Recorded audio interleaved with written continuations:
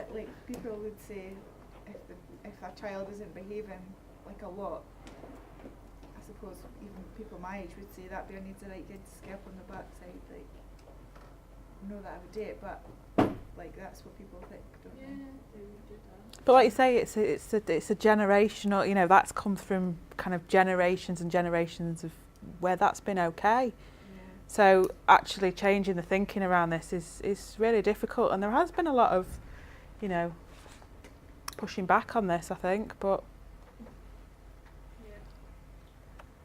To say a wee bit more about the subject, see different cultures, like Muslim culture, where I'm not even talking about kids, even the wife, you know, she's treated less than a dog.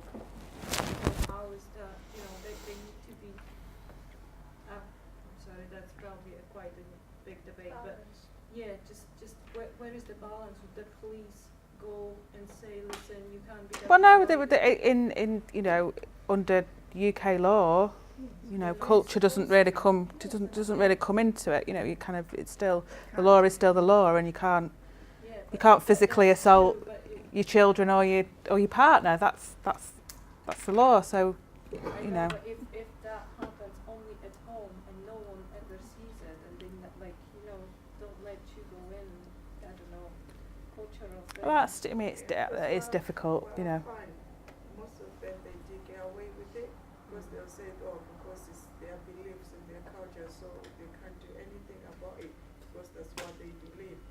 But I know. I mean, domestic abuse is cross-cultural. It's, you know, domestic abuse is very much cross-cultural. You know, there is no part of society that domestic abuse does not get into. You know, whether that is, you know, affluent families, any culture, you know, down to sort of families living in poverty.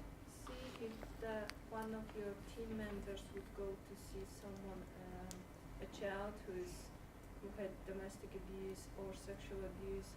I'm assuming they wouldn't be living in their own home at that point. Depends on who the perpetrator is.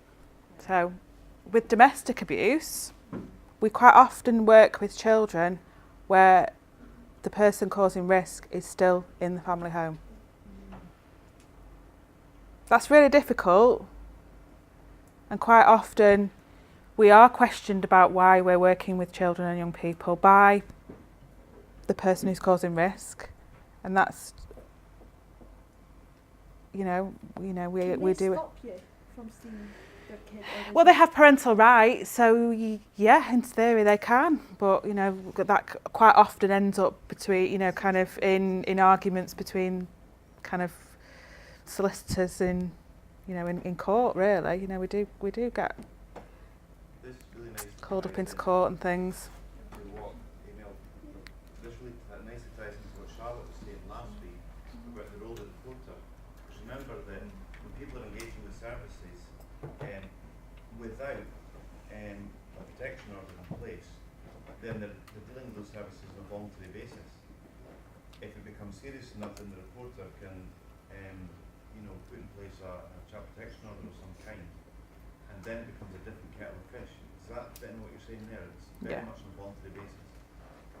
The family It is. engaging with you on Yeah. a voluntary basis at this point. Yeah, very much so.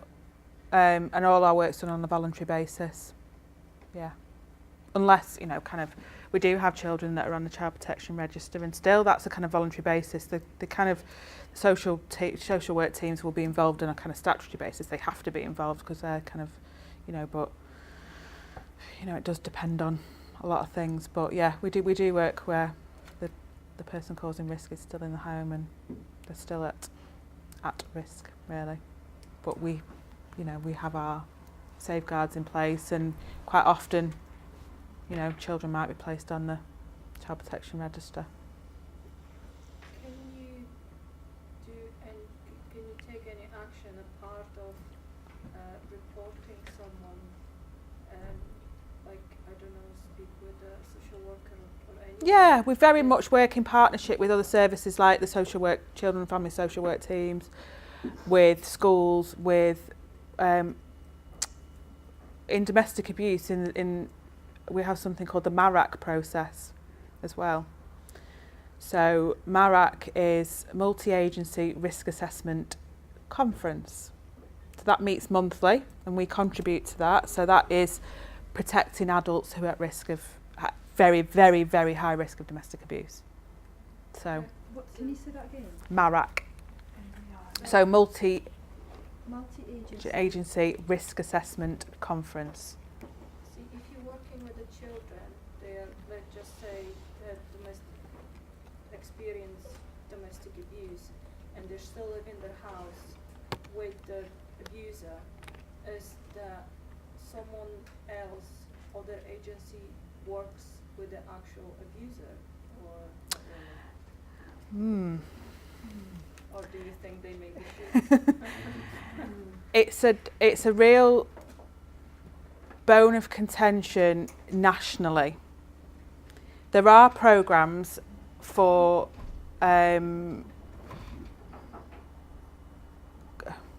it's mostly men who are kind of perpetrators of domestic abuse. Don't want to even acknowledge the fact that Yeah, it's very difficult to get somebody to acknowledge that they are a perpetrator of domestic abuse. There is a programme in the Scottish Borders called the Caledonian Project, and that is a court-ordered programme for someone who is a perpetrator of domestic abuse.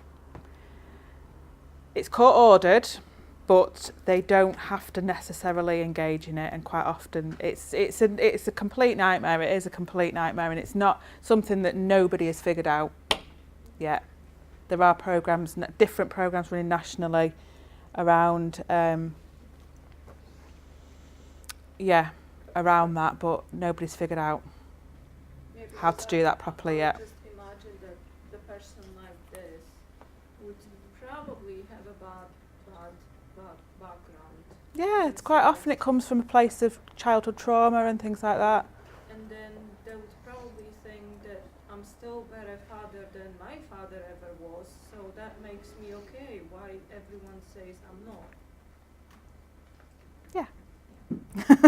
Domestic abuse is a fascinating. I can give you some books to have a look at actually around. There's an American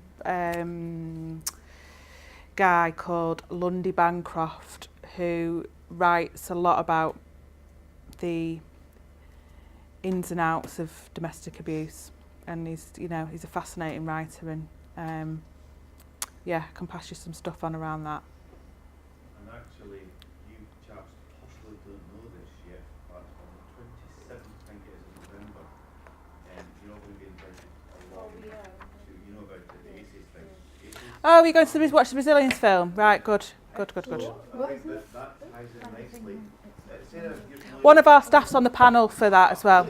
Yeah, one of our team leader, Silke, is on the panel for that, and Silke's a... Was that from Foster Care Connect? They're gonna come and they're gonna show us, as well as I think the others. Yeah, there's a panel of speakers, and there's this an hour-long documentary. Based, do you remember I mentioned that research coming out of Harvard just now about the impact of adverse childhood experiences? This is what it's about. I'm really interested.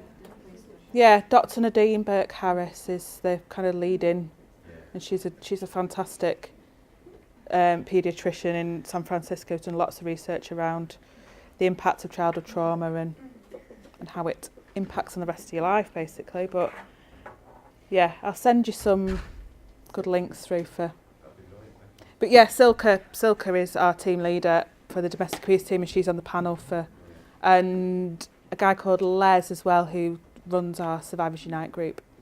Fantastic. So this is going to feed really well to your research piece. Yeah. Actually, Heather's got a question. 27th, I think is it an all-day thing? Yeah. I think it might be, I think it starts at 10, about 10 till 3, I think. Yeah. So any classes you've got, things stood down so you can go along, because this is a... Yeah? Tuesday, yeah. Oh, yeah. Because there's other student groups going as well. It's at the Wellbeing College, isn't it? I don't know. Maybe I thought it was. I thought it was maybe a lecture. Oh, is it? Well, is it here? Ah, right, okay. I thought it was at the Wellbeing College. So that will really feed into what you're saying about the impact of domestic abuse on children going forward in title leave as well. Yes. Sorry, it looks like I've got. You get, just to clarify, you get the child, right, that someone referred. Do you go and make assessment to make sure whatever the child says or whatever happening is actually happening? Or is it depends from where you get the ref?